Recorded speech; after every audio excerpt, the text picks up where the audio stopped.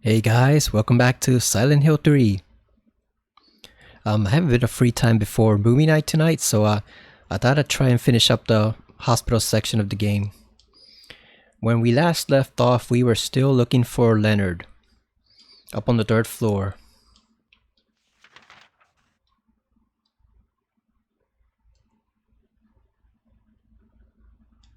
Okay, so we have to go down to the basement and use the camera to get the code for the door. I believe we already unlocked the stairway door, which means we can go directly down there. We're just gonna ignore the nurses for now.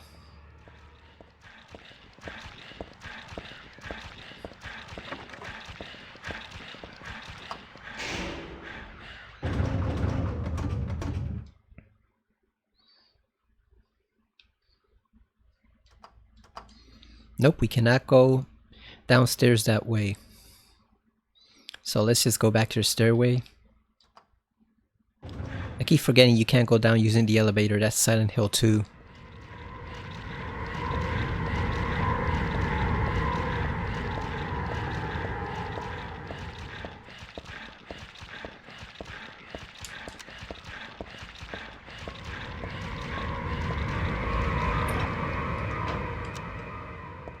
But first, let's go up to the rooftop and check out what's waiting there for us.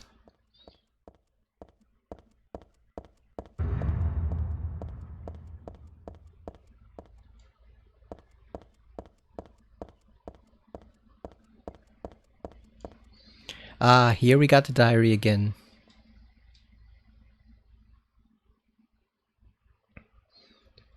I also like the rooftop. It makes me want to fly. You too? Stanley Coleman. Yeah, you should fly off right off that rooftop. That would make Heather happy. Let's take off the bulletproof vest for now so we can get some of those machine gun bullets that'll come in handy later.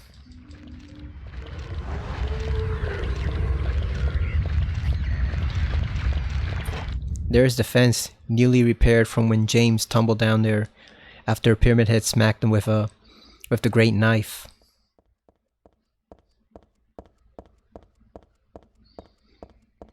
That should have shown James something right there, that he was after something else, because he could have easily killed him in that attack, and he chose not to. So that should have been a big clue right there to James that something wasn't right. Why would this threatening monster that's been pursuing him all over the town basically spare him in that moment when he had him completely cornered and caught him by surprise? So obviously he wasn't a mindless monster then. This is an eerie touch too. It's rather disturbing the first time you see that when you're playing the game. Because what happened to the person in the wheelchair? So wheelchair, where's the person that was using it?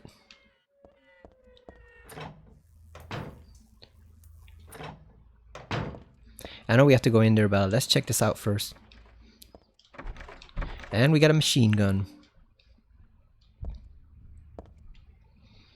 I don't think I can call the elevator from here.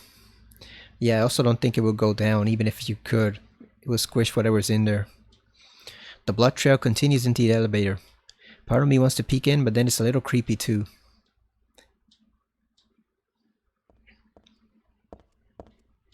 I wish they'd show us what was in there.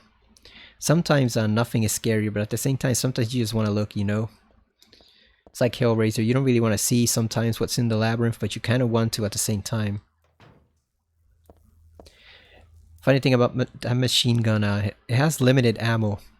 I remember when they first showed screenshots of Heather wielding this, and everybody was afraid and concerned that it was going to become some action-heavy game like Resident Evil 3 or 4. Even though I think this was released before Resident Evil 4, but everybody was concerned it was going to become some action-heavy game like RE3, with Heather just getting tons and tons of ammo and weapons everywhere. No, it only turned out to be one submachine gun that you get. You only get 96 bullets, which means you better use it wisely. And the best use of it is actually just to take out 2 guys in a specific area at the amusement theme park. So, just like gamers today complaining about stuff that they think is going to happen in games, and it turns out to be no big deal. So that was yeah, that was a thing. They were afraid Silent Hill was gonna turn all action heavy all of a sudden and be like a blockbuster movie. And it's like, no, it's just a bonus little item that doesn't really serve you much good except for two guys in the amusement park or the final boss, whichever you choose to use it on. And it basically affects nothing in the game pretty much. Now the bonus weapon, the submachine gun, that's different. That can be a huge game changer, but that's a bonus weapon. So you've earned it if you've beaten the game at that point. Streaks of blood as if something got dragged or continuing on to the back of the shelf. No, it's more like they start from the back of the shelf. Alright, let's go. Let's use the camera. The old Polaroid instant. Like I asked last time, are those even really around anymore? I don't think they sell those, right? I think they've been discontinued. Or maybe they only sell them like for photographers.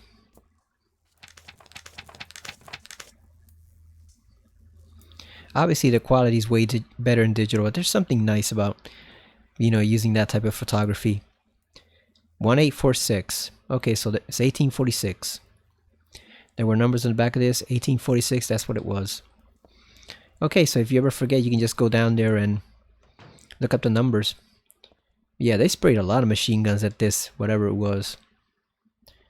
Sprayed a lot of machine gun bullets. Do you think the person got the monster, or was it that they got trapped in there and got killed? Like when that guy tried to fight back against Fluffy and Creepshow, and he kind of got him with the wrench, but then Fluffy just dragged him back into the box and killed him. Or into the crate, rather. Yeah, it's funny how people tend to exaggerate all this stuff in gaming. You see one screenshot and you draw a wealth of conclusions. Right now, I was on Twitter just a few months ago, and I was reading a thread about the Metal Gear Solid 3 remake. Now keep in mind, the original game itself was just re-released 2 days ago.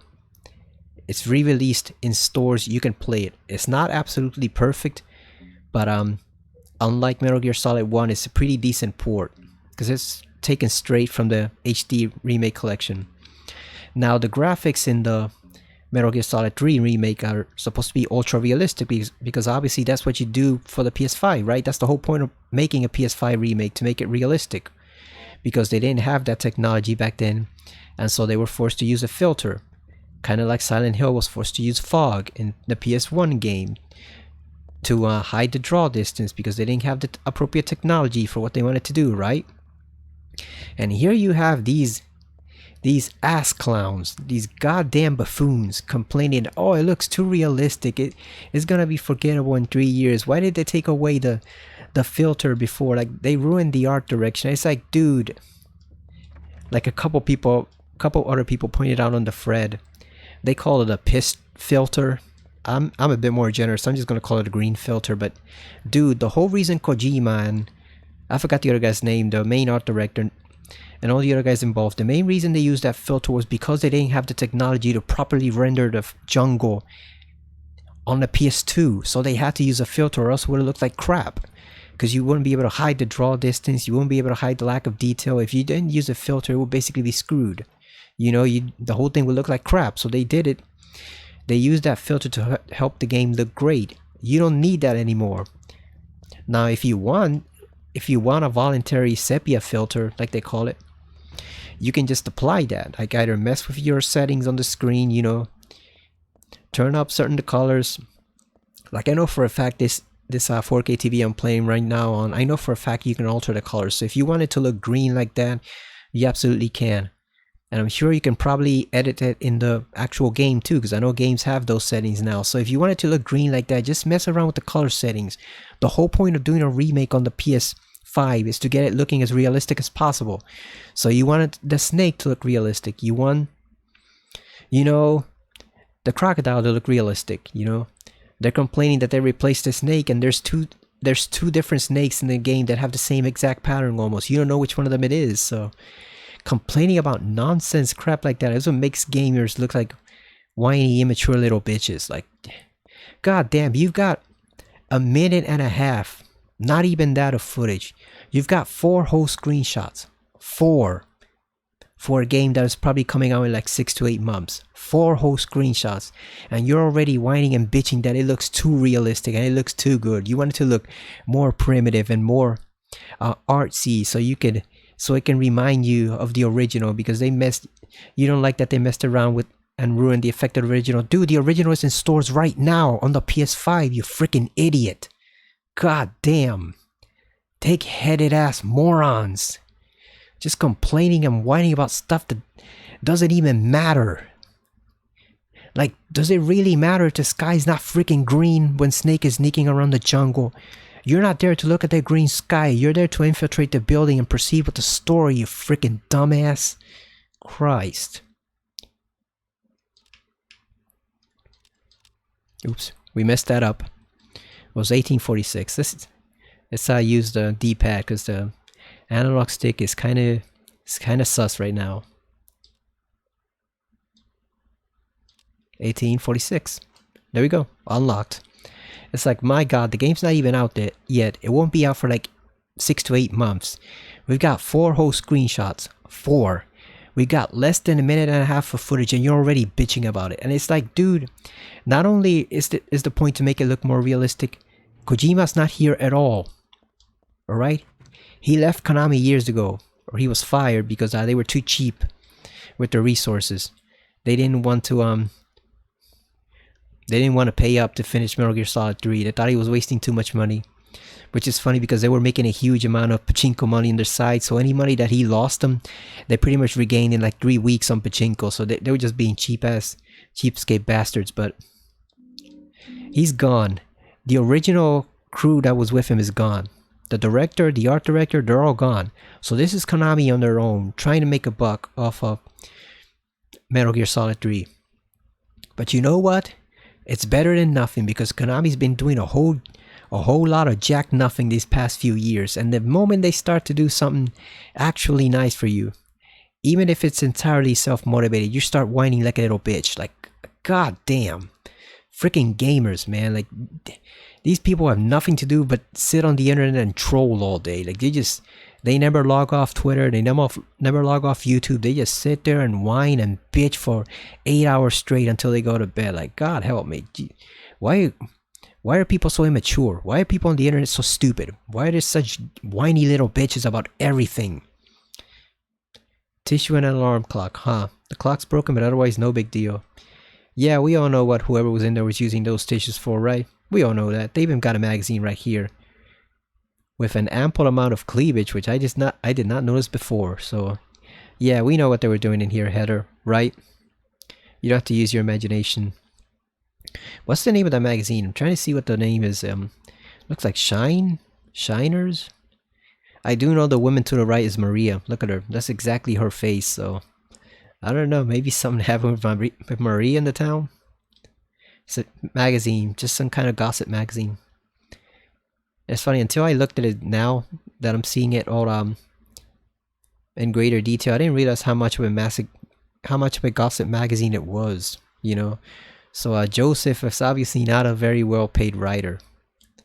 Teaching Despair, Wish House. Okay, so this, before I forget, this kind of bugs me because obviously the fix for the Wish House works. That's part of the editing file, or like part of the file that you open up to look at the changes that were made to the game on PC. And the stuff that people added with the mods. So this worked because it changed Hope House to Wish House, which is the official name in Silent Hill 4. So this worked, but somehow the Silent Hill 2 reference at the apartment building didn't work, even though it's in the same file, and I think it's actually in the very same line above this one.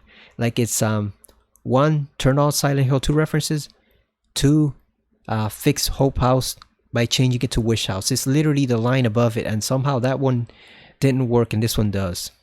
No idea what's up with that INI file. Wish House, an orphanage on the outskirts of Silent Hill, but behind its false image is a place where children are kidnapped and brainwashed. You think? Then again, that applies to pretty much a whole lot of churches around the world, so nothing new there, Joseph. You're like 9 centuries behind on that one. Wish House is managed by the Silent Hill Smile Support Society. A charity organization sometimes called 4S. It's true that 4S is a well-respected charity that takes in poor children without homes and raises them with hope. But at its heart, it is a heathen organization that teaches its warped dogma in lieu of good religious values. I'd argue there probably are no good religious values, Joseph, but I appreciate your effort there. Mr. Smith, temporary, who lives near Wish House, had this to say. Sometimes at night I can hear the weird prayers and the sounds of children crying. I went there to complain one time, but they ran me right out. Since then, it hasn't changed a bit. It'd be funny if the reason the kids were crying was just because the creatures they're conjuring up are so ugly. Maybe if Valtio actually looked beautiful, they wouldn't be crying all that much. Or Pyramid Head. Maybe they conjured up a Pyramid Head and it scared the kids. In fact, this reporter was refused admission when he attempted to take photographs of the facility. What exactly do the folks at Wish House have to hide? During my investigations, I was able to discover, however, a suspicious-looking round concrete tower which appears to be part of the facilities. Unfortunately, no one was willing to tell us what the tower was used for, but it seems unlikely that it has anything to do with the business of raising orphans and may in fact be a prison or a secret place of worship. Bingo there, Joseph, it is a prison. You think maybe if Vincent or whoever's in charge of the order's finances would have invested more in Wish House instead of building that damn prison, maybe they'd be better off. You know, if you could actually give the kids a decent upbringing, you know, give them actual nice food, a nice place to play and stuff, maybe you could convert them better. You know, they wouldn't be reluctant believers, they'd be complete believers if you actually showed them some nice gestures instead of wasting your money on that water tower. And I know it was probably built decades before any of these people were even born, but still, come on, we know Vincent has money, we know it, because he claims he built the whole church with his power, the power of money. So maybe he should have invested in actually making Wish House a nice place to visit and live. The cult religion that operates Wish House is known by locals simply as the Order. I've also heard that's actually a mistranslation of the cult, but whatever. It's a religion that is deeply interwoven with Silent Hill's history, but its worshippers' fervent belief that they are among the elite chosen people has a dark and dangerous side. I intend to continue my investigation of Wish House and the cult behind it. I've always believed that telling the whole truth, why is that in quotation marks, and showing the children the true path is our most important duty. Joseph Scriber. Wish House. I feel like I've heard that name before. Yeah, you lived there once, Heather, or at least you visited there a lot. And some other little boy you know who turned out to be a weird Freddy Krueger-like mass murderer also lived there too, Walter.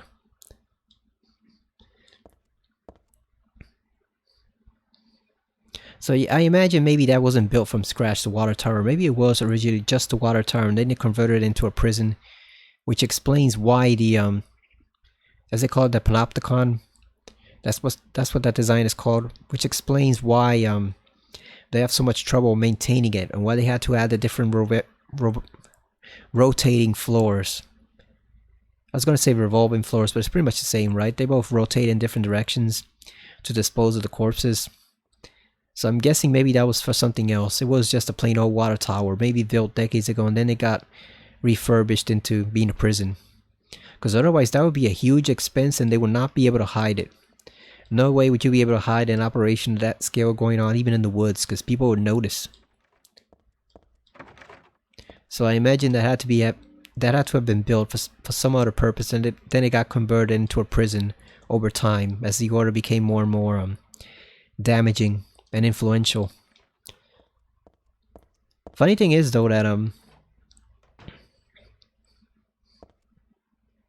if you look at the original religion of the order, which you're gonna see here later on in the book, and you hear about it a bit from Jasper and Silent Hill 4, it's actually not that bad. They basically worship nature and the spirits that were in the stones and the trees and the rocks and all that stuff.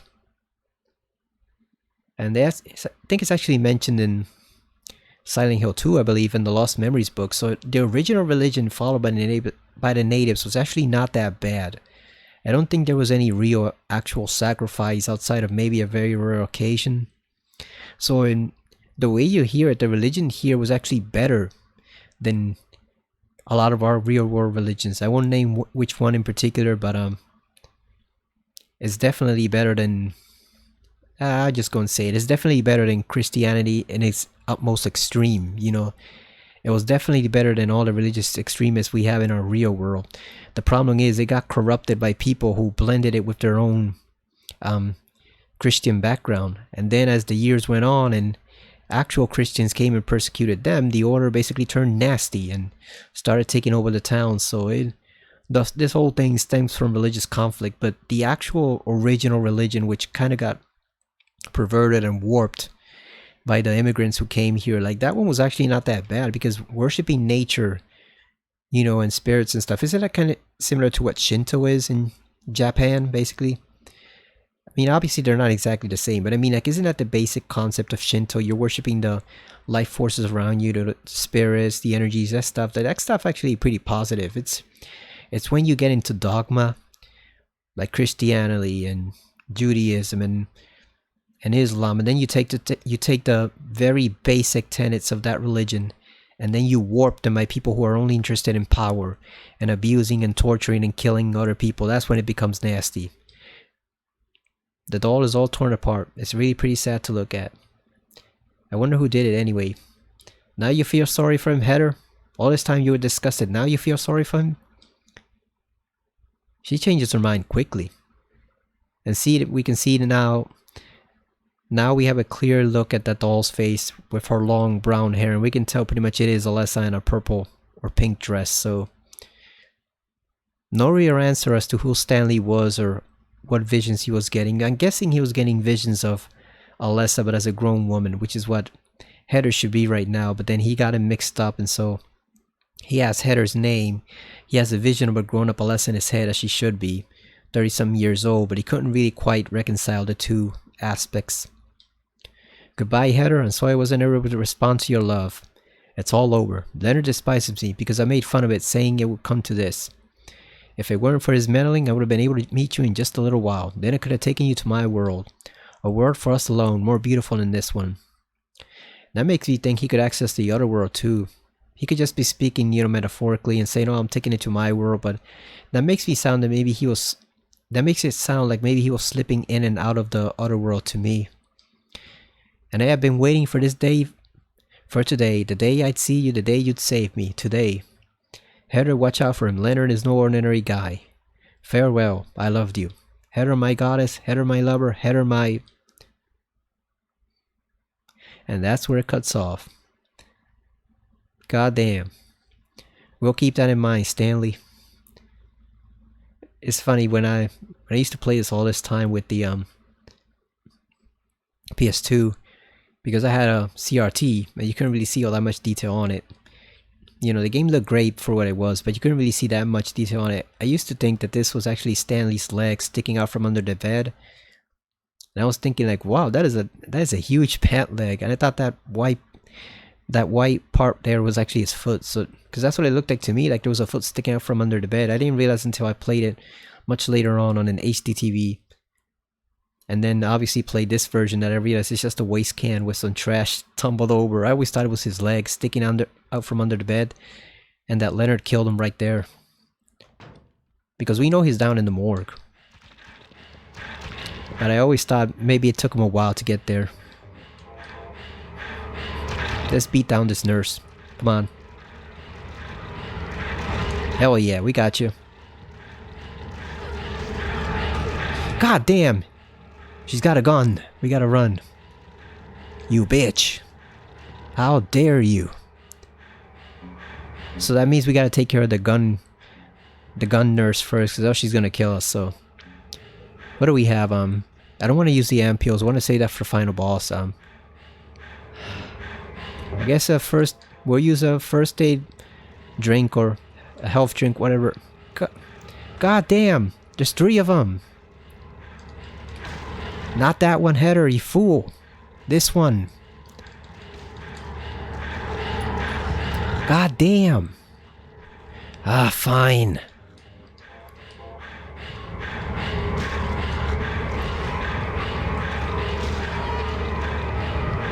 God damn, can you please mind your business? I'll get to you eventually. You know, I mentioned this is for the amusement park, but what the hell, we're gonna unload on these bitches right now, because this is annoying.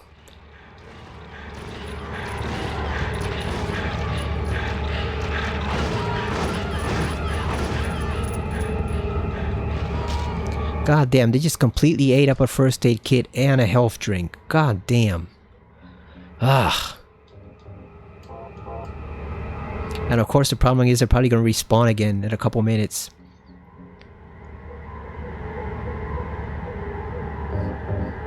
I don't know if it's something with the PC version of it or what, but that sword is not doing work. Like, it worked perfectly in the PS2 version, but for some reason it seems weak here. I don't know if it's just been a long time since I played this, or if there's something wrong with the PC version, but that sword looks weak as hell. It is not doing damage at all, and it's not stopping them. We know Leonard's in there, or at least his phone call. No, wait, this is Leonard. So let's check all the doors. I always forget which ones have items and which ones don't.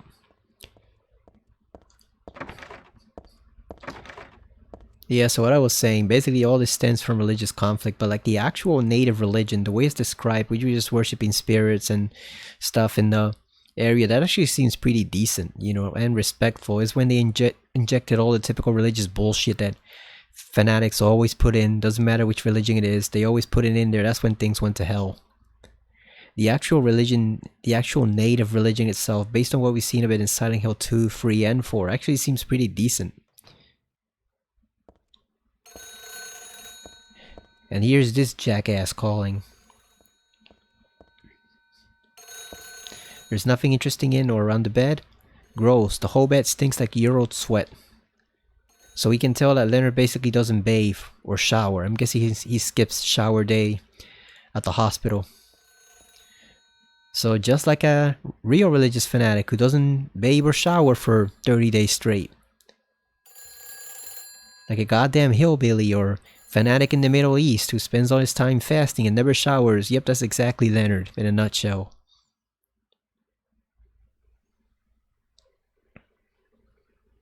Hello? Claudia. No, I'm not. Don't lie to me, Claudia. You're always trying to run from your responsibilities. Have you come to apologize? Or maybe you still don't realize how foolish you've been. The salvation of all mankind. What a ridiculous dream. Wait, just listen to me for a second. I've heard enough from you already. How did you turn out? He is right about that one part though. There is no saving mankind. We're already fucked as hell. It's too late for us. Claudia. You're not. We're like Mr. Baker in RE4. I mean RE7. Just waiting for someone to put us out of our misery. It's too late for humankind. Who are you? Leonard Wolf. I'm sorry. I thought you were my daughter. Yeah, I'm not barefoot. I actually wear shoes. Or boots. And I don't shave my eyebrows either. Oh, so you know her, do you? Are you one of her followers? No, never. When I find her, I'm... I can feel the hatred. What? Behind your words. The anger. You plan to kill her, don't you? I'm sorry, but... She killed my father. She's a fool. But she's still my daughter. I was going to forgive her if she changed her ways. But I see it's too late.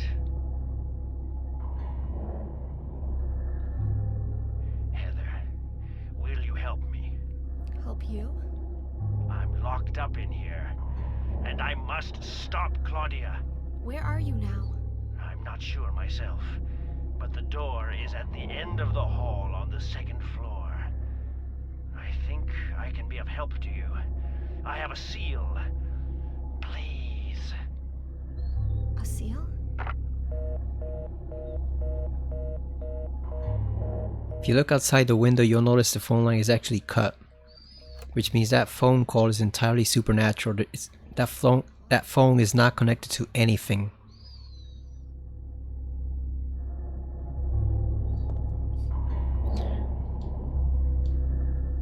I still have to find Leonard. I've got to look for the entrance at the end of the second floor hall.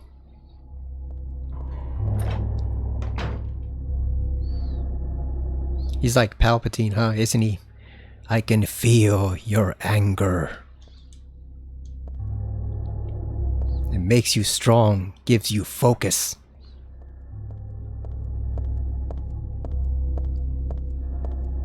That phone call does illuminate one of the main problems I have with this game though, and there's not many outside of the lack of opportunities for exploration, which I said I would have appreciated them allowing you to explore a bit of Rosewater Park or the apartment building or other stuff.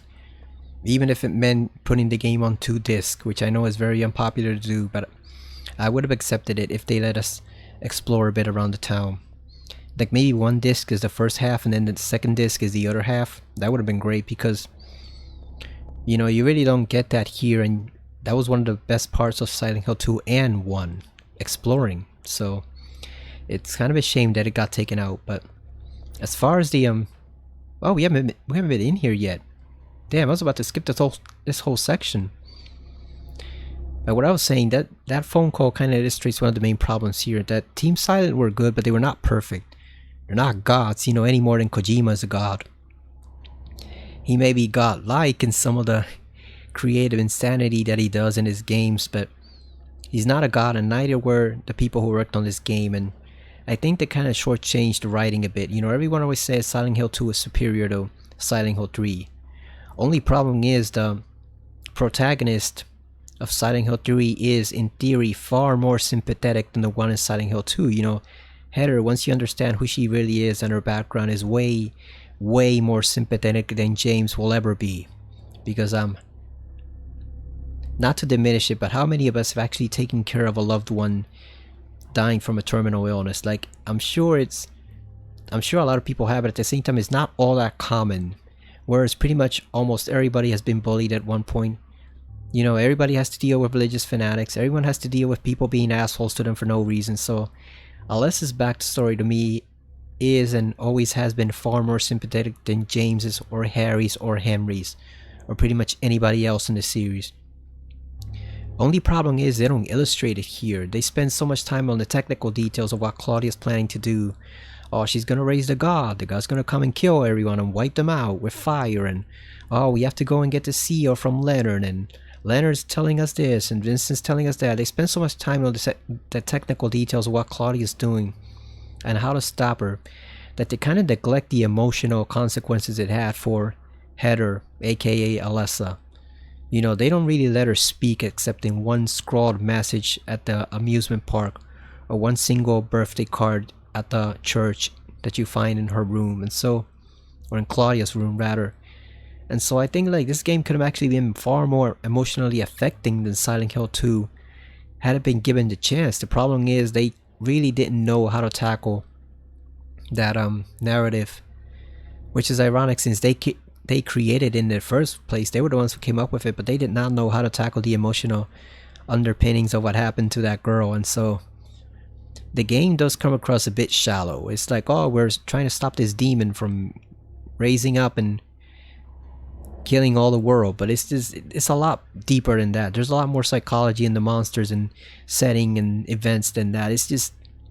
It comes across as shallow compared to Silent Hill 2 because Silent Hill 2 has a superior soundtrack and they go a lot more deeply into what happened to James and Mary and all the people he encounters. They don't do that here, and I think it is kind of a loss for the game. You know, not to use IGN's dumbass rating system, but it is the difference between a 9 out of 10 and an 8.8 out of 10. That one little detail, the lack of focus on the emotional consequences of what happened here. There's a memo on the wall. Punishment for brutality towards patient, 12 hours confinement in the special treatment room. Dismissal policy no longer in effect. Contact the chief if you have any questions. So that's actually kind of horrible right there, because if you abuse a patient, instead of them sending you to jail like they normally would, instead they put you in the isolation room here at your patient. And also it seems like they are so short-staffed and short-changed that they basically can't fire anyone. So even if you want to quit, you're not allowed to. Or I guess if they can't fire anyone for any reason because they have too few staff, so they just stick you in there isolated.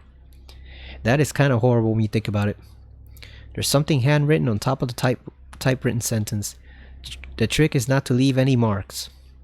And one other thing, this looks like it was written by a very different person. The chief is a pervert. Christy would have been better off if she'd been fired. So that's that puts even more of it, because that basically says that the chief of the hospital might be a type of rapist or sexual predator. And so you've got all sorts of messed up things going up here, because basically Christy the nurse was abusing a patient, but because they can't fire anyone because they're short-staffed, instead they stuck her in an isolation room for 12 hours. Not only that, but the chief himself seemed to be some type of sexual predator preying on her, which I'm guessing means he did things to her in that isolation room that they don't want to talk about. So you got all sorts of messed up things going on here. You know, you've got a patient who may or may not be violent, or they may be very vulnerable. You've got a nurse abusing the patient due to the stresses of the job, or maybe she's just a bitch, you don't know. But then you've got the chief preying on that and then throwing that nurse into an isolation cell to abuse her, probably sexually. So you've got a whole bunch of shady crap going on in this hospital. Stuff that probably should not be taking place, at least in what's supposed to be a helpful mental hospital.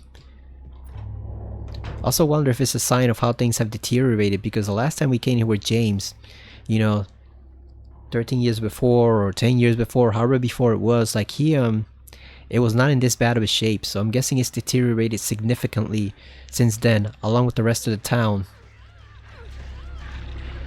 I'm guessing as the town got worse and worse, the hospital also deteriorated and got worse and worse. That caught me off guard the first time I stepped in this room. So there doesn't actually seem to be anything here. I thought there was an item, but I guess it's only in Silent Hill 2. Alright, let's move on. Yeah, I thought there was gonna be a health drink in there, or a health kit or something, but no, I guess it is just in Silent Hill 2.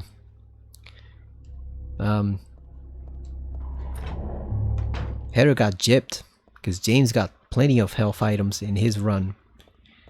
He got so many health items, health drinks, and first aid kits that by the time you got to the final boss with the 2 pyramid heads and then Mario Maria, you basically had like 28 health drinks and 13 first aid kits. You were just stacked with all a bunch of health. You did not need anything else.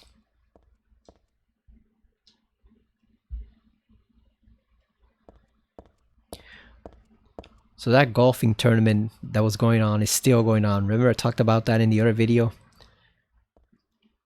I don't know if it was Silent Hill 3 or Super Mario World, but it's still going on, and it keeps getting interrupted every 10 hours, every 12 hours by wind. Like a genuine windstorm, since they're in the Middle East, and Qatar. That's how you pronounce it, Qatar. So that thing is probably, if it doesn't end tomorrow, it's probably going to end up like Monday morning, because they just keep getting interrupted. They cannot get in a single full round done. It's about to start in like 40 minutes again, and you still have like 5 guys out on the course who are still not finished round 3, and they have to start round 4 in like an hour and a half after that. So it's insane. I don't know how you can play under those conditions with windstorms and sand blowing all over the place. Looks like the Sandman from Spider-Man was literally stomping on the course, destroying everything. That's what it looked like. Or like the Mummy from the Brendan Fraser film Summer of Sandstorm. That's exactly what it looked like when I saw the video. It's insane that you can play golf in those conditions.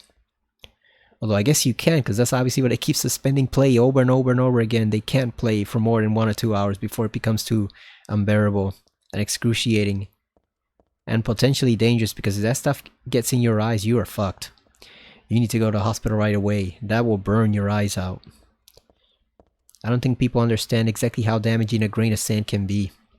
A couple years ago, Victor Hovland, really good Euro guy, one of the hottest guys around, and actually kind of a young stud too. And I say that both in terms of his looks and his ability, but he got just I think it was like 1 grain or just a couple grains of sand in his eye from a bunker over here in the US. And it was so bad that he basically had to leave round 3 and quit the tournament because he just had to go to the hospital and could not stand being there with that eye in his sand. They tried to flush it out and no good. He just had to go straight to the hospital. So I don't think people understand how damaging one single grain of sand can be to your eye, or a couple grains of sand. Now imagine being bombarded by like a huge wave of sand and you got no glasses. That is horrifying. I would not play golf under those circumstances, but I guess those pros are braver than we are, or at least I am. This corridor was kind of spooky the first time I played through it, but I still think it would have been a better effect if something had been chasing you, or at least if you have the illusion of something chasing you, because otherwise then it just becomes an empty corridor. It looks decayed and creepy, but it's empty. There's really no danger, so there should have been something chasing you, in my opinion. I also think it would have been better if Heather had remembered what Alessa knew about Claudia and Leonard's relationship, how mean he was to Claudia. And so instead of just going to get the CEO, Heather was also going there to kill him. Because that's what I did for my fanfic, which I don't mean to plug it or anything, but I just like it. Just Heather has Alessa's memories, so in theory she should remember this. And we know from Vincent's testimony that Leonard was an abusive bastard. We know that. There also should have been some health items here too, but that's neither here nor there. They are skimping out on items for us. No bullets, no health. But anyway, I think it would have been a cool twist if Heather suddenly remembered what Alessa did, and she wasn't going there just to get the seer from Leonard. She was going there to actually kill him, because he genuinely deserved it. So you can't feel sorry for him at all. He is just a religious abusive bastard, no different than Dahlia was, no different than real life Christian extremists are. The country is calling with him. All these bunch of abusive assholes using religion as justification for what they're doing. They're just completely all over the place, and Leonard was exactly that type of man. So I would not have minded one bit if Heather started to regain her memory and actually went there, not just to take the seer from him, but to deliver the coup de grace, to shove this sword right up his ass for what he did. Because he was a bastard. And I don't think we'll ever know how much of a bastard he was, because they don't go into it. They don't go into that much. Except for Vincent's speech. Which, like I said, is kind of one reason why I'm kind of disappointed in this game. The fact that they did not go deep into the emotions behind all this trauma that all these people suffered. They were so focused on the God subplot. And it's not stupid like some reviews have said, like some immature reviews I read on GameFAQs a couple years ago have said, but well, more than a couple years ago, but you know what I mean. It's not a dumb story. It's actually still pretty well written, because it fits with the story of the first game and the cult and all that stuff. It feels like a Stephen King story. The problem is it's just they did not go into the emotions like they needed to. That was what they needed to match Silent Hill 2, along with the exploration of the town. They just did not do it. This one doesn't make my head hurt when I look at it, but I know this one. It must be.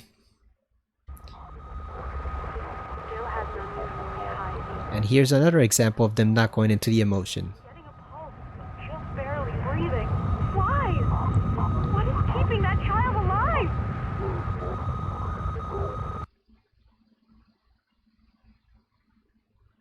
What the hell? Was I daydreaming?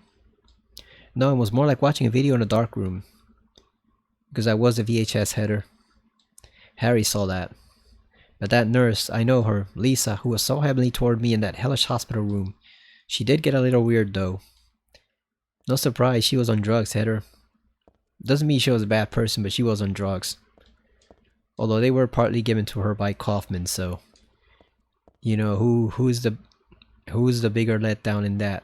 You can understand Lisa taking them for the stress of dealing with Alessa's situation, but Kaufman was a scumbag for continuing to supply her so he can manipulate her. So that is upsetting that they don't dwell too much on what happened to Lisa. Supposedly her spirit is still stuck in the town, which kind of sucks, because imagine you're one of the only few genuinely good people in this town, and you're stuck here for things that happen completely beyond your control. That is just ass.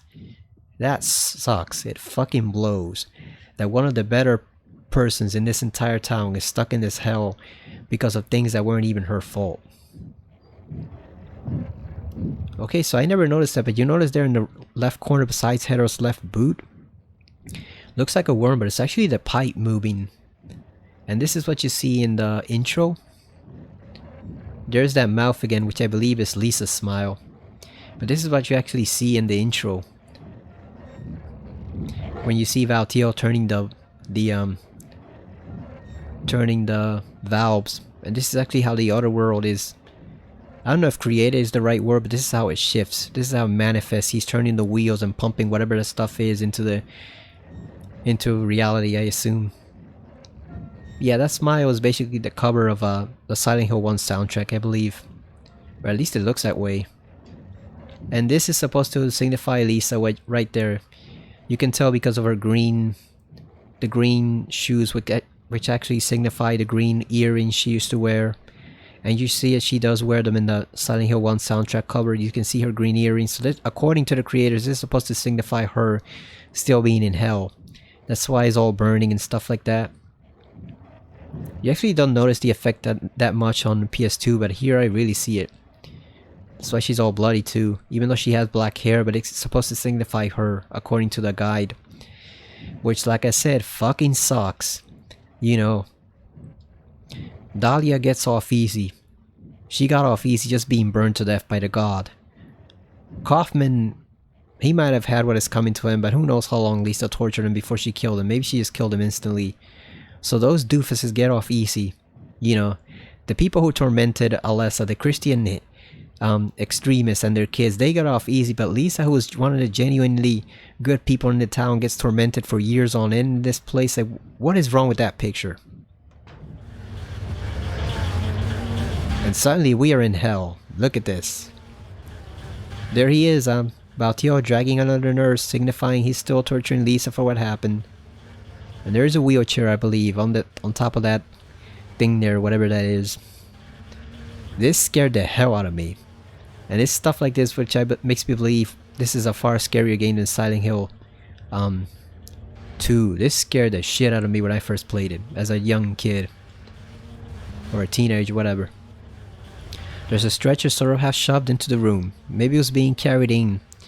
Yeah, whatever's on top was being brought in here. I don't think so, Heather. Yeah, something about the blood effect here and the way it's all over the walls, and it makes it seem like the actual hospital's alive now. This was scary as hell to me back then. I've gotten used to it over the years, playing so much of this game that I've played it like at least 30 times, but yeah, that and the music, all that pounding music, the soundtrack, the ambience, this really got me when I first played this game. I doubt I need to check this out. I like to avoid touching this kind of thing if I can. It looks like there's a piece of meat or something on the ground.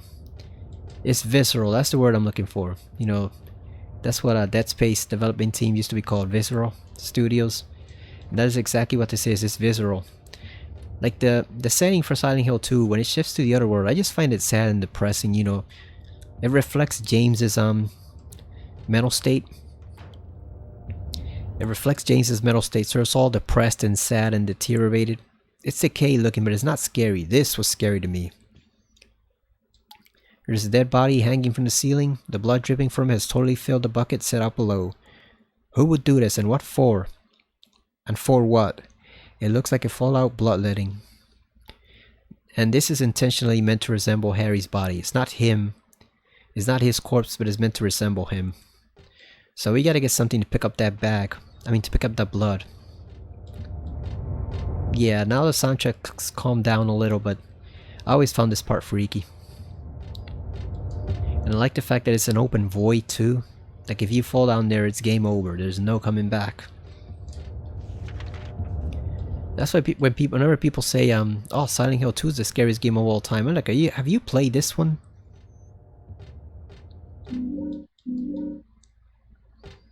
The hand outside the window. So someone tried to break in there. And if you actually see the texture behind that, you can see the hand is not connected to anything. It's just a hand.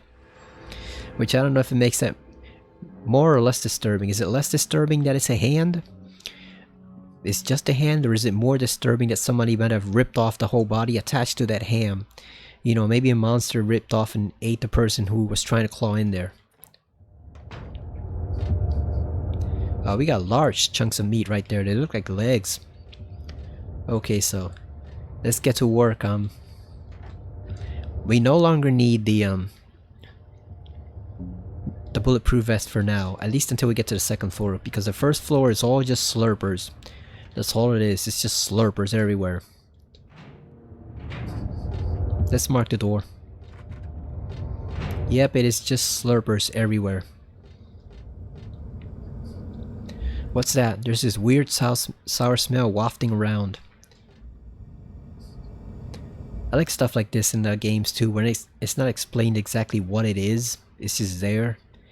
And now you can even see like a little type of effect, like a steam or a mist or something coming out from under the whatever that thing is. I did not notice that in the PS2. But now that I'm playing on a HD TV, I see it fully. Okay, so we got these bastards again, so you know what we need to do? We gotta pull out the old beef jerky. We got tons of it. Pull out the old beef jerky. You can also see they're corrupted by the otherworld atmosphere too. They're all bloody. They're not just regular slurpers, they are corrupted by whatever this is.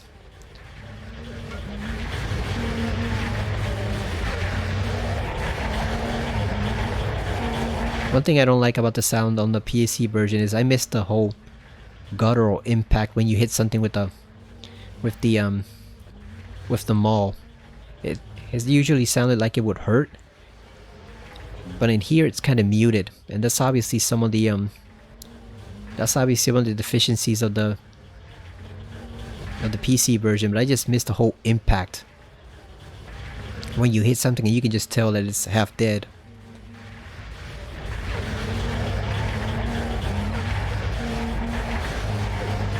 There we go. Took care of them. Oh shit, there's another one. Pull out the beef jerky header. Quickly.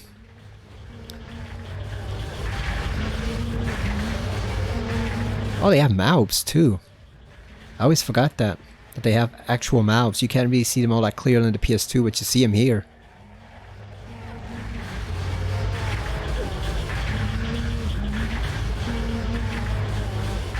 Boy, all these fools complaining about Metal Gear Solid 3 looking too realistic for their taste. I would kill to have a realistic looking version of Silent Hill 3. You know, just port the whole game over, reskin it with the Unreal Engine 5 graphics, and just keep it exactly the way it is. The same voices, same atmosphere. Just reskin it to look ultra nice and glossy and realistic. Oh hell yeah, I would kill for that, to have that. A proper port of the game that actually looks great. Count me in. And here's everybody's favorite moment in this entire game. You see the blood spreading. The infamous mirror room. Not to spoil anything, although you really shouldn't be watching this if this is your first time ever experiencing this game. You should play for yourself first, but I always thought this is a pretty nice way to actually introduce a boss character when you first see them like this, and something that you don't connect the dots until you see it later. You know?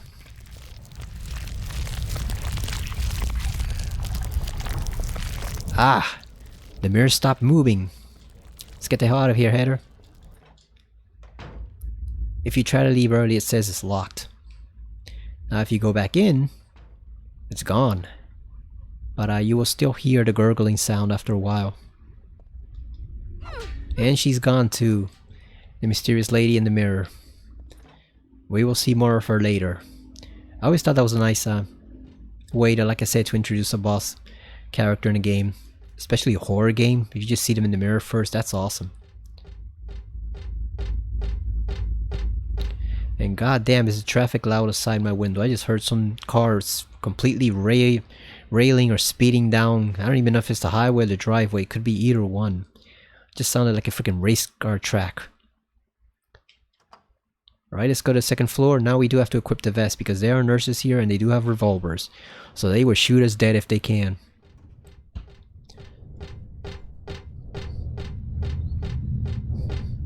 I don't think they show up until after we enter the room, so we should be safe for now. Oh, we can actually see through the smoke here a bit. Oh yeah, there's Valtiel torturing another nurse. Poor Lisa. Valtiel seems to be a bit of a pervert too, like for a servant of God or some type of angel, he seems to be very obsessed with some kind of sexual like torture. Yeah, you can't see this at all in the PlayStation 2 version, but here you can kind of peek through it a bit. And it is disturbing. It looks like something's on the other side of the glass. It kind of looks like a person, but the smoky stuff makes it hard to tell for sure. I wonder if is he doing it for her protection? Like, does he not want Heather to see what's going on here, this disturbing sight? I know that's called the Fukaro lady. Is that what they call it? Fukaro in the music video put out by Team Silent. But it is basically supposed to signify Lisa and Valtiel torturing her, which, like I said, is grossly unfair and really, really sucks. Not just kind of sucks, it really sucks. But yeah, I wonder, is he trying to shield Heather from seeing this, or does he just not want anyone to see? Is it kind of like his own little private torture den?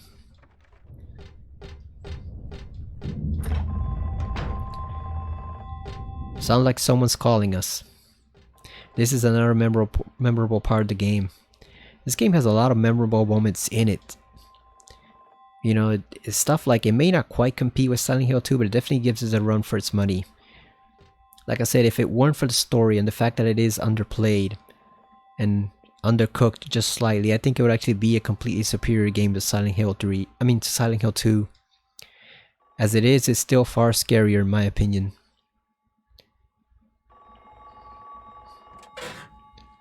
Oh, what happened there with the texture? That was not cool. Got kind of pixelated there, just a bit.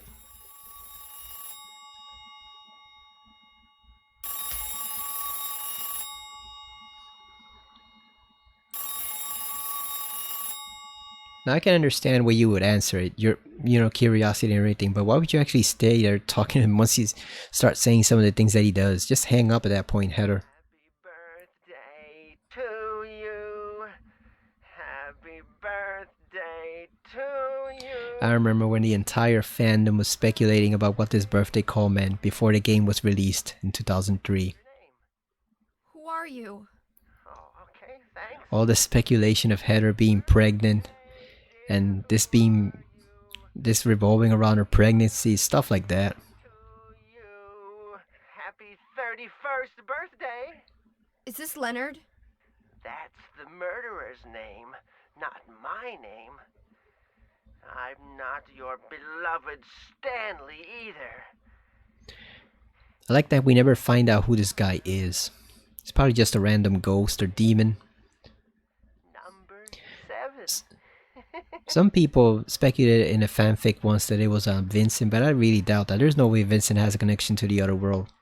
He can see it, but he's not gonna mess around like this since he wants it gone. You've got me mistaken for someone else. Today's not my... I'm not mistaken. Today is your 24th birthday. And I have a present for you.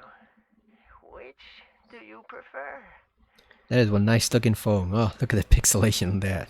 Or to receive it? Certain parts of it have not aged well, I will admit. You hate the most. Happy birthday to you. But you're wrong. It's not my birthday. Heather, that's what you're concerned about? Not the fact that he's a sadist, or that he may be some type of demon literally calling you on a phone line. You're just concerned that it's not your birthday? Really? Priorities, girl. There's nothing coming from the receiver. Well, duh, the phone's not connected. But what about that phone call? It's Silent Hill, Heather. It's like 1,000 ghosts that can call you at any time. Here come the anteaters, as people call them. Got a health drink. There's another of that fashion magazine, Red. Whatever it was that Joseph wrote in. It's not very important in the trash. No digging around in there anymore. And it looks like Valtiel got himself trapped. Which is funny since he was also over there in that room. Something strange is scooped up in the locker. I think I'm safe, but I shouldn't get too close. Actually, the more I look at it, the more pitiful it seems. Like a child locked up in there with no chance of escape. Even though, come on, Heather, he can escape at any time. He can just burst through that door and rip the door off his hinges. I wonder if Heather's own power put him there, or if he's just... I don't know, if he's teasing her or what.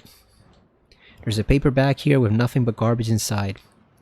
Yeah, because we know he's a super powerful being, so what exactly is he doing stuck in that locker there? Is this just his idea of fun? And this is supposed to represent Kaufman. You can see the doctor's coat or lab coat, whatever. There's a bloodstained white robe hung up on the wall. Does it mean anything? Yeah, it does. It could also represent Alessa, but seeing as how it's in the hospital, and you can see the lapels right there and the hook hanging it. This is obviously a doctor's coat, so this obviously belonged to Kaufman, who's probably in hell right now, where he belongs. Oh, look at that, there's also some posters there. They look kind of creepy, especially that one. Looks a bit like Harry, based on the crude texture that I'm seeing. Well, let's take care of these anteaters. Gotta put some more beef jerky down. Put some more over here too, just in case. I don't remember the sword works as well as the maul or not. I think maybe, but... Oh, here they come. Come on. Come on, doggies. There you go. There's one. Don't get too close though, because they can actually trip you up. Like that. Yeah. They took an opportunity to look up Heather's skirt too. So they have to die for that. Yeah, it's best to just use the maul. The sword I think does more damage, but the problem is they will trip you up like that. The maul actually puts them down permanently in a few hits.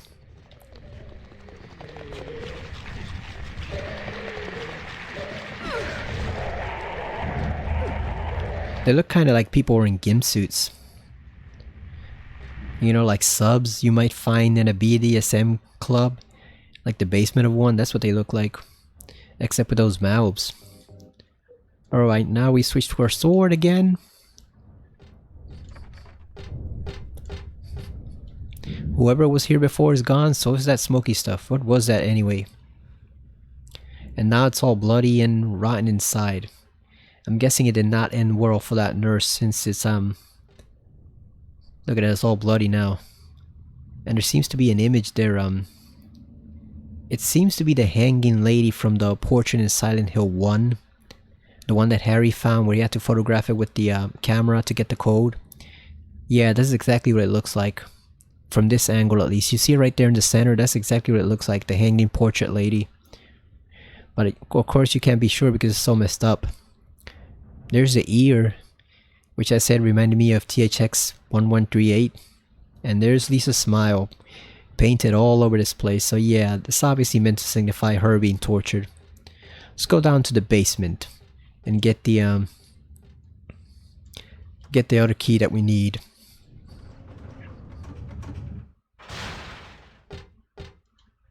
What do you think this place smells like? Must smell like must and rust and mildew and blood all mixed together. Probably with a bit of alcohol too, since it is a hospital, so they use alcohol to disinfect stuff. So, and if you go over to number 7, you can hear someone closely.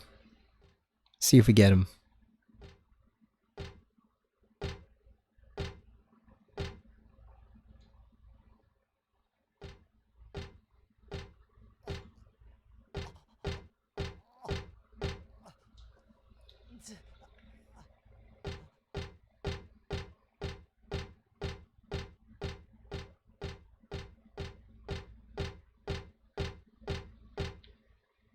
I don't hear him. I don't know if I missed him a second ago or not, but if you go over here, you're supposed to hear Stanley actually calling out for Heather. He's trying to whisper to her, but since he's dead, he can't quite manage it. But you do hear him underneath that sheet. So this is a puzzle that you have to do by figuring out the order of the what would you even call them, gurneys or whatever? The tables here. and they give you the hint right here. Now on hard difficulty you get this really obscure poem about birds, which I believe if you don't know the actual poem and where it came from, it's almost impossible to solve. It's one of those puzzles where they really outdid themselves in terms of being super vague, because they literally expect you to have read that poem somewhere before. And keep in mind that at this point in time, back in 2003, a lot of people did not have widespread internet access. A lot of people still had to go to libraries to get the internet, so no idea how they expect the players to do that riddle if they had never done that puzzle before. But this basically tells you the order in which you need to enter the numbers. So each gurney has a number, and you have to enter it. The middle one, the first, upper left hand corner second, lower left hand corner third, and lower right hand corner fourth. And that's how you would get the number. And you need it for this combination lock. It also looks like it has a mirror of people burning in there. But lucky for us, we already looked up the number on Google, because I was not going to waste my time on that. So we already looked that up in our gallery. Let's see if I can find it. Should be over here. Let's see. Come on, picture gallery. God damn, I hate how when you're looking up stuff on smartphones, sometimes they kind of direct you to apps you don't want to use. I'm trying to reach the gallery, instead it's trying to activate some other apps I don't want to use right now. Where's that damn code? Here it is. It is 5172. Alright, here we go. Hopefully this works. If not, that website is lying to me. 5 1 7. We missed it. There we go. Wait, it's not opening. Huh. So is the website lying? Or is it random? Oh, is it? It might be random. Ah, okay, so it is random. Okay, so yeah, it changes with every with every one, but we already know the last one is over there, so we just gotta get the middle one. So let's get the middle one. Where's the middle one? So it would be 4. So it would be 4170. 4170. There we go. Okay, so it is random. It does change from game to game. 4170. Let's go enter that now. Okay, so we weren't that far off. One more number. We weren't quite that far off. Just the top and the bottom numbers were the ones that were wrong. There we go. It's unlocked. We are cooking now. Let's get this cooked key, or cremated key. There's nothing in here apart from a few stray ashes. Wish we could shove Vincent in there and fry him, right? Fry him in the incinerator, along with Claudia. Although actually, if you look at I know most people don't consider the games after 4 to be canon. I consider Origins at least to be canon, but if you look at Homecoming, yeah. Let's just say Vincent not being around to control the order kind of came back to bite everyone in the butt, because as long as he was there, he could keep them in line. You know, he could keep order, being the leader of the most powerful sect. Once he's gone and no longer in control of them, and the order technically disbands, everything pretty much goes to hell. Not just in this town, but in the neighboring towns as well. So that was you gotta appreciate Vincent at least a little, because he actually did keep him in line. The fact that no other cult members except one random guy, and then Claudia, ever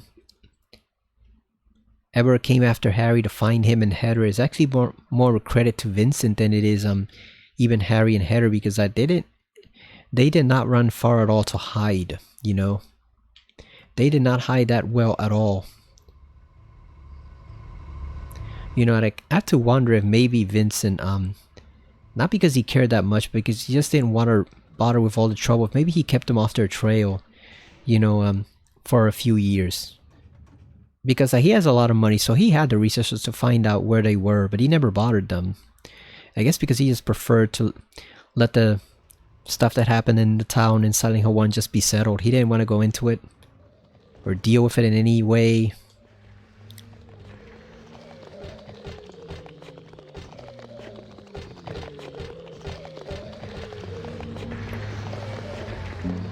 Let's put some beef jerky over here. We don't know what direction they're coming from. So let's put one over there.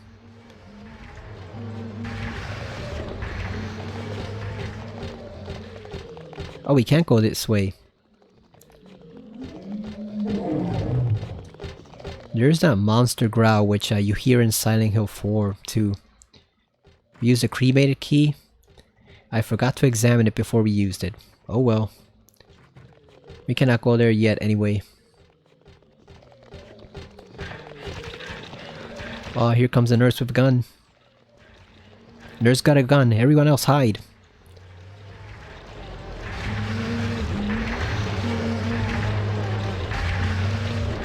Oh, this one's got a pipe. Thankfully, she does not have a gun. Oh shit, here comes the... There's the one with the gun. God damn, they appeared out of nowhere. We are in trouble. Let's No, I don't want to change. I don't want to change the settings. What are you doing? Let's equip the vest. And shoot this nurse down before she kills us.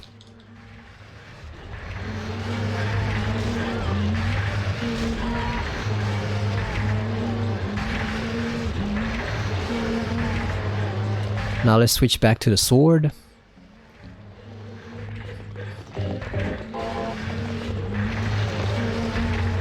There it is. Hopefully that can distract them for a while.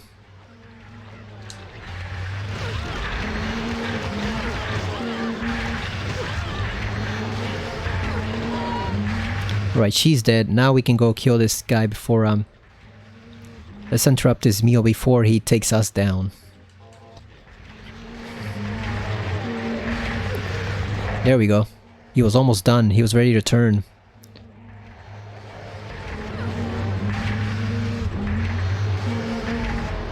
That's a lot of work.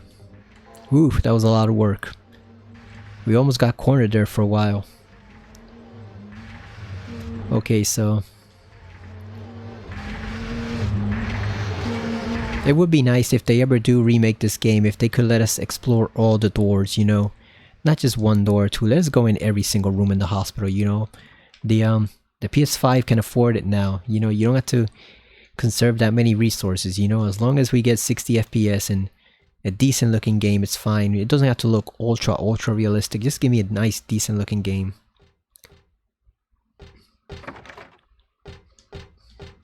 Even if it's stuff like this, like when I first played this, I didn't understand what the point of this room is. You know, there's nothing here at all. But that is the point, is that some rooms are unlocked and random, some rooms don't really have anything in them, but they're just here to let you explore. They do let you explore a tiny bit, but not much compared to the second game. And if you actually run over here and take out the slurper quickly, you can see the nurse kind of walking around here through that fence. So you kind of get some notice of her. You are alert, you know, you don't get caught completely off guard. There is a handful of dirty syringes on the bed. I'm not about to use them, that's for sure. Who's willing to bet that Leonard was using them and injecting himself with White Claudia or PTV or whatever that drug is? There's a memo here on the chart. Dr. Midkiff. Please use extra caution with the patient in room 312, whatever. He should still have his religious freedom here in the hospital, but he shouldn't push his faith on others. I'm a victim too. Rumor has it he got here by stabbing someone over a religious dispute. Please be careful. R. Crosby. P.S. It looks like the rumor is true according to the head nurse. I do think he's a good person, otherwise though easy to deal with. Yep, just like a religious fanatic. If you don't agree with them, they want to kill you. There's no rhyme or reason. There's no reasoning with them. They if you don't agree with their version of religion, they want to kill you.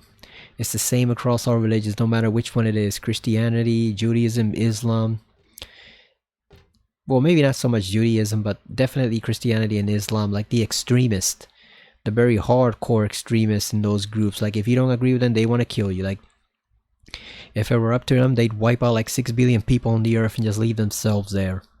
Because they don't want to deal with anybody who doesn't believe in their particular faith, no matter how wrong or oppressive it is, or how stupid.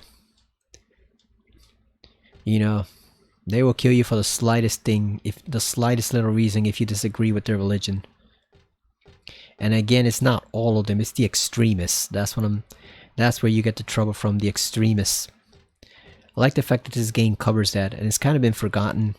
You know, even today, some people still think that video games don't cover serious issues. They're like, take a look at this. Come on, man. You cannot take a look at this at Silent Hill 4. Even Twisted Metal Black did some surprising work in that regard. You cannot look at this and not realize that some games do cover serious issues. So there we go. We're getting a preview of what awaits us on the other end once we reach the door. Here's some more religious thinking, courtesy of Team Silent. The world is teeming with unnecessary people. It's God's decision that I fight. As a knight of honor, as a protector of the seal, I sacrifice myself to the blood of criminals. Who wrote this? Some twisted individual, eh? I see this and I want to ask him, so you think you're one of the necessary ones? But it seems like I've heard this protector of the seal business somewhere before. Headers, got a problem with short-term memory. Leonard just said that right away. You have heard it before, Header. It's Leonard. He wrote that crap. But yeah, that's exactly the attitude of a religious fanatic. They just do not want to deal with you. And they don't want you even to exist if you're not completely in line with them. Alright, let's put in our vest. Do we still have it on? We do.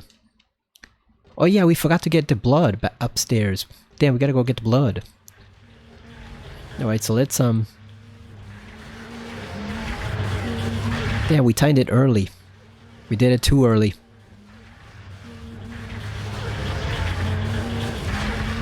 What's your favorite weapon in all the Silent Hill games? Not just this one, all of them. I think mine has to be, now that I see the sword, mine actually has to be either the emergency hammer from 1 or the emergency hammer for 1 or the katana that Harry wields as a special bonus weapon. I think those two are my absolute favorites.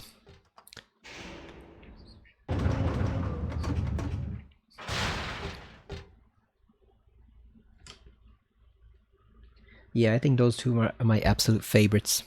The emergency hammer puts in work. That thing is brutal. It will take down any enemy in like a couple hits.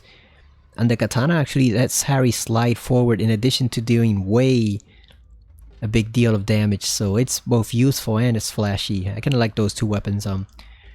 This one's okay, but it's not quite as powerful as useful as the other one. It's a short katana, so it doesn't have the reach. The beam saber is alright.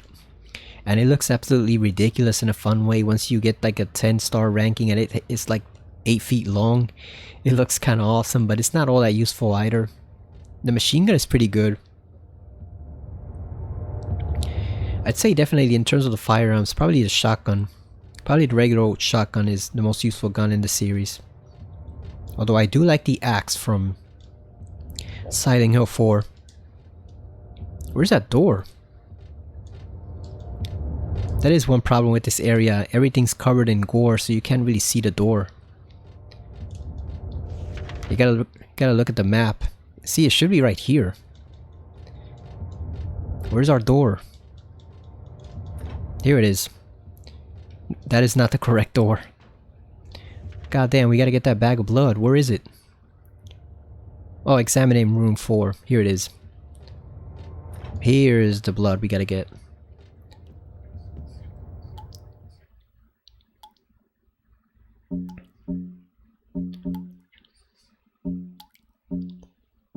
Where's our bag? It's over here. Put blood in the plastic bag. Got a plastic bag with blood. Looks like we took a significant amount of it. I put the block for the treatment room in this. I don't especially want to carry it around with me.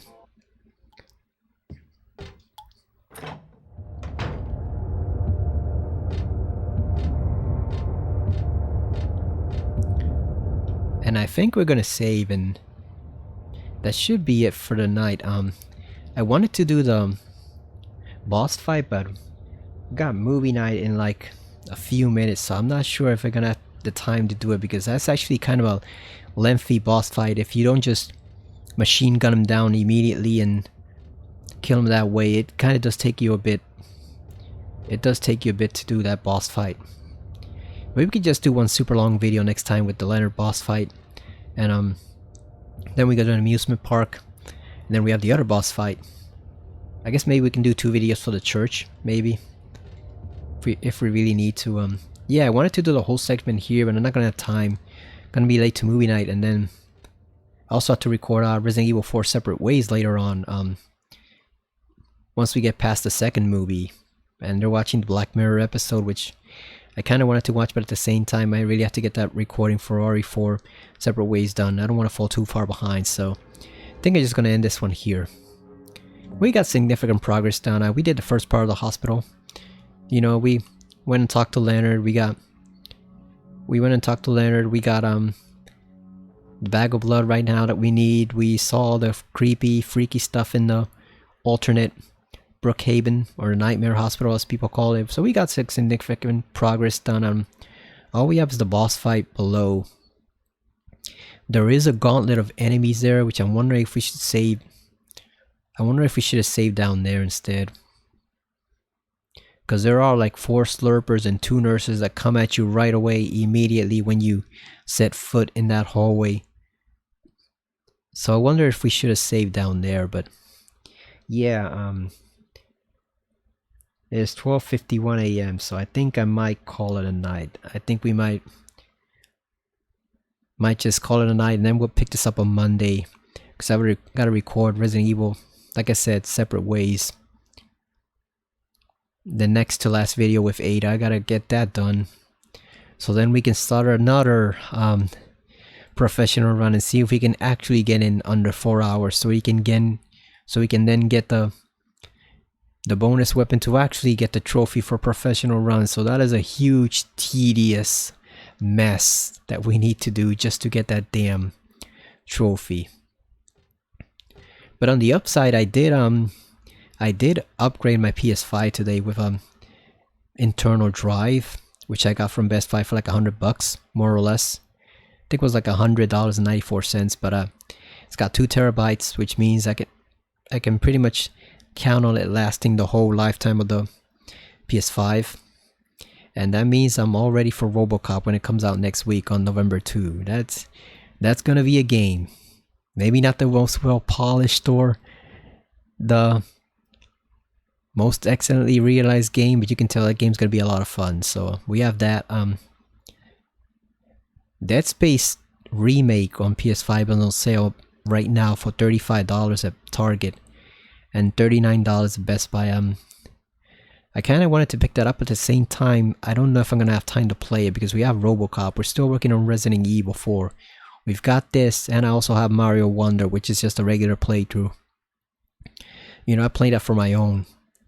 I'm not playing that to put it on YouTube or anything. I'm just playing that for my own fun. But that means we got 4 games going on at the same time, plus some of the others that I kind of want to try on the PS5 and PS4. So I don't know if we'd actually have time to play the Dead Space remake, especially since it is a straight up remake. It does give me a lot less incentive to play it, you know, because I already know everything that happens in it. I know exactly how the story goes, where all the characters die or don't die, and where all the monsters are. So, you know, it's a graphical upgrade, and I haven't played that game in years, but it's not exactly giving me a lot of incentive to play it right away. It's just, it is cheap right now, and it's available, but I'm not sure. Maybe I should wait to pick it up on Black Friday. Maybe I'll just wait, because Amazon does tend to do those deals. They you know, they put those Prime deals, and I don't want to buy it, say like, oh, I try to get Best Buy to price match it, which they may or may not do, to get it at $35, or else I actually have to go down and pick it up at Target for $35, and then here comes Black Friday and Best Buy gives you some Amazon gives you some insane deal of oh, here's the Dead Space remake for $30 or $25 for Prime members only, and then like, oh goddamn, I should have waited. Then you're just like, I should have waited the damn 2 weeks for them to actually put up the sale. Especially if I'm not gonna play the game right away because I'm gonna be too busy playing RoboCop and RE4 and this and Mario Wonders. Oh, and Mario RPG, which comes out on the 17th too. So we got way too many games right now. So I think I might just pass on that. As tempting of a deal as it is, I might just pass on it and wait a bit. Because I do want to do a playthrough for that to actually put it on YouTube. The Dead Space remake, since I haven't played that in like 3 years. The original game, but I just don't have the time. So as tempting as that deal is, I'm gonna have to pass. Probably. Unless I just get lucky and win a really huge amount of money in golf, then I might pick it up. But other than that, I think I'll pass.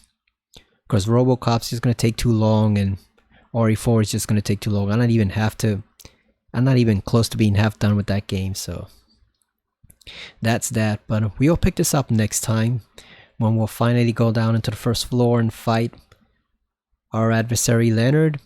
Then we'll see what's up with Vincent and Claudia, what they're doing over in the rest of the town, and we will continue on with the story for this game. And after we're done with this, like I said, we are going to do Silent Hill 4 and Origins. So thank you for watching, and I will see you again next time on Silent Hill 3. See you later.